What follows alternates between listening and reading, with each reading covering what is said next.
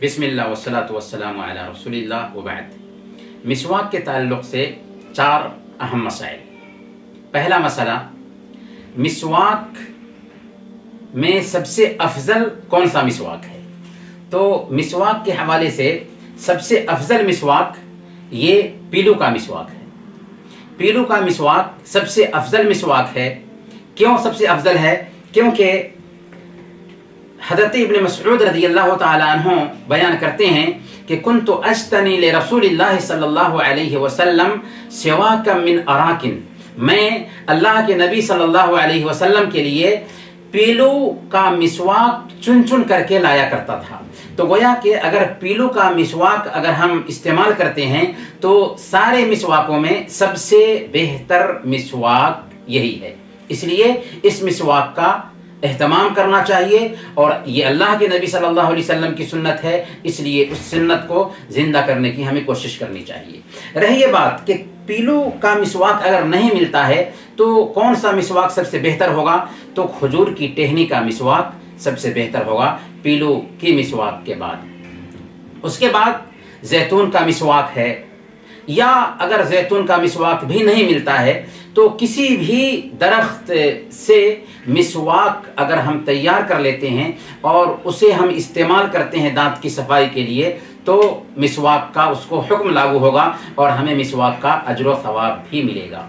यहाँ तक कि ब्रश जो हम करते हैं टूथपेस्ट के साथ, इस ब्रश को भी मिसवाक का हुक्म दिया जाएगा। लेकिन ये बात भी ध्यान देने की है कि जो अहमियत इस पीलू के मिसवाक की है वो अहमियत ब्रश की और टूथपेस्ट की नहीं होगी। लेकिन चूंकि इस मिसवाक में और ब्रश और टूथपेस्ट में मकसद एक ही होता है और वो है दांतों की सफाई करना, इसलिए ब्रश के ज़रिया भी अगर हम मिसवाक करें तो उसको भी मिसवाक का हुक्म लागू होगा और अगर नीयत अच्छी है तो उसमें भी हमें सवाब मिलेगा। पर इस मिसवाक की अहमियत ही कुछ अलग है, इसका मकाम और मर्तबा ही कुछ अलग है। एक दूसरा सवाल है या एक दूसरा मसला है यहीं पर कि मिसवाक दाएं हाथ से किया जाए या बाएं हाथ से किया जाए। दाएं हाथ में लेकर के मिसवाक करें या बाएं हाथ में लेकर के मिसवाक करें। तो इस हवाले से सही बुखारी और मुस्लिम की रिवायत है, सय्यदा आयशा सिद्दीक़ा रज़ियल्लाहु ताला अन्हा बयान करती हैं कि काना सल्लल्लाहु अलैहि वसल्लम युअजिबुहु तयामुन फी तनाउलिही व तरज्जुलिही व तहूरिही व फी शअनिही कुल्लिही, कि अल्लाह के नबी सल्लल्लाहु अलैहि वसल्लम को जूता पहनने, कंघी करने और बाकी सफाई हासिल करने में दाएं जानिब से शुरू करना पसंद होता था और हर काम में दाएं जानिब से शुरू करना पसंद होता था। तो इस हदीस की रोशनी में पता ये चलता है कि मिसवाक भी एक बेहतरीन अमल है, इसलिए दाएं हाथ से इसको इस्तेमाल करना चाहिए, दाएं हाथ से मिसवाक पकड़ना चाहिए और मिसवाक करना चाहिए। दूसरे उलमा ने कहा कि नहीं, बाएं हाथ से मिसवाक करना चाहिए। उनका कहना है कि चूंकि मिसवाक के ज़रिया एक बंदा अजियत को दूर करता है, मिसवाक के ज़रिया एक बंदा अपने मुंह की बदबू को दूर करता है, इसलिए दाएं हाथ से पकड़ने की बजाय बाएं हाथ से मिसवाक को पकड़ करके मिसवाक करना चाहिए। कुछ उलमा ने इन दो अक़वाल के बीच तफसील बयान की है। कहा है कि अगर एक आदमी मुंह की बदबू दूर करने के लिए मिसवाक कर रहा है तो उसे बाएं हाथ से मिसवाक पकड़ना चाहिए, और अगर कोई बंदा सुन्नत के तौर पर मिसवाक कर रहा है तो उसे दाएं हाथ से मिसवाक करना चाहिए और इसमें कोई मसला भी नहीं है।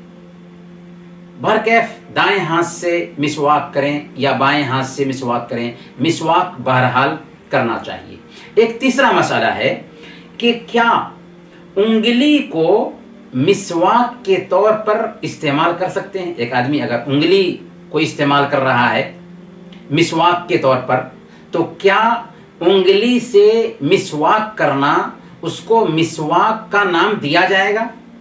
تو پہلی بات تو یہاں پر یہ جاننے کی ہے کہ اگر منہ کے یا دانت کے حصے کو صاف کرنا مقصود ہے یا دانت کی گندگی کو ہٹانا مقصود ہے اور اس کے پاس سے مسواک نہیں ہے تو کوئی حرج کی بات نہیں ہے، انگلی لگا کر کے دانت کی گندگی کو دور کر سکتا ہے ایک بندہ۔ لیکن کیا اس کو مسواک کا حکم دیا جائے گا؟ تو بعض اہل علم نے کہا ہے، لیکن صحیح بات یہ ہے، راجح بات یہ ہے کہ اس کو مسواک کا حکم نہیں دیا جائے گا، یعنی انگلی سے مسواک کرنے کو مسواک کا حکم نہیں دیا جائے گا۔ کیوں؟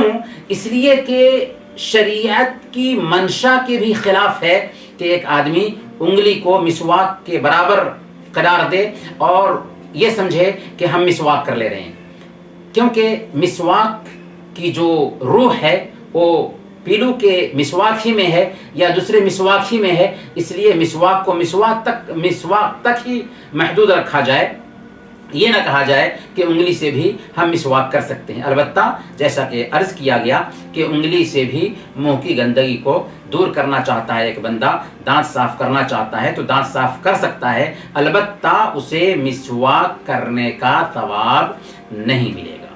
ایک آخری مسئلہ ہے کہ روزہ دار اگر مسواک کرتا ہے تو کیا اس کے لیے مسواک کرنے کی گنجائش ہے دین کے آخری پہر میں؟ تو صحیح بات یہ ہے اس حوالے سے کہ روزے دار ہو یا غیر روزے دار سب کے لیے مسواک کرنے کی گنجائش ہے، یہاں تک کہ ایک بندہ اگر روزے سے ہے تو وہ دین کے شروع میں بھی مسواک کر سکتا ہے، دوپہر میں بھی کر سکتا ہے اور افطار سے پہلے تک بھی کر سکتا ہے، کوئی ایسی شرعی ممانعت نہیں آئی ہے۔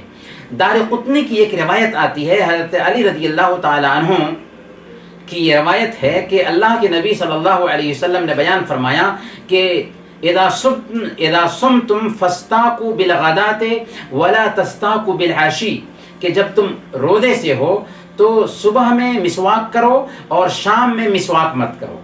یہ روایت اصل میں صحیح نہیں ہے، یہ روایت ضعیف ہے، اس لیے اگر کسی نے آپ کو یہ کہا ہو کہ روزے کی حالت میں دوپہر کے بعد مسواک نہیں کرنا چاہیے تو اس کی وہ بات غلط ہے، مسواک کسی بھی وقت کیا جا سکتا ہے۔ رہی یہ بات کہ حدیث میں جو آتا ہے کہ ایک بندہ جب روزے سے ہوتا ہے تو روزے کی حالت میں اس کے منہ سے جو بو نکلتی ہے اللہ رب العالمین کو مشک کی خوشبو سے بھی زیادہ پسندیدہ ہے، تو کیا اس کا مطلب یہ ہے کہ ایک انسان اپنے منہ میں بدبو کو برقرار رکھے؟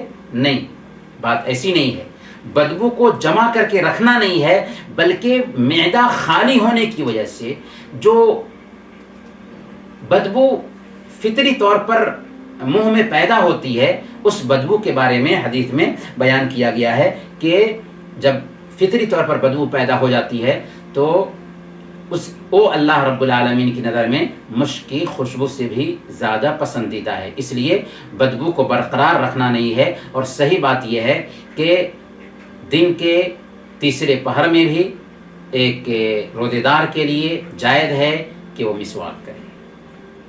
وصلی اللہ علی نبینا محمد وعلی آلہ وصحبہ۔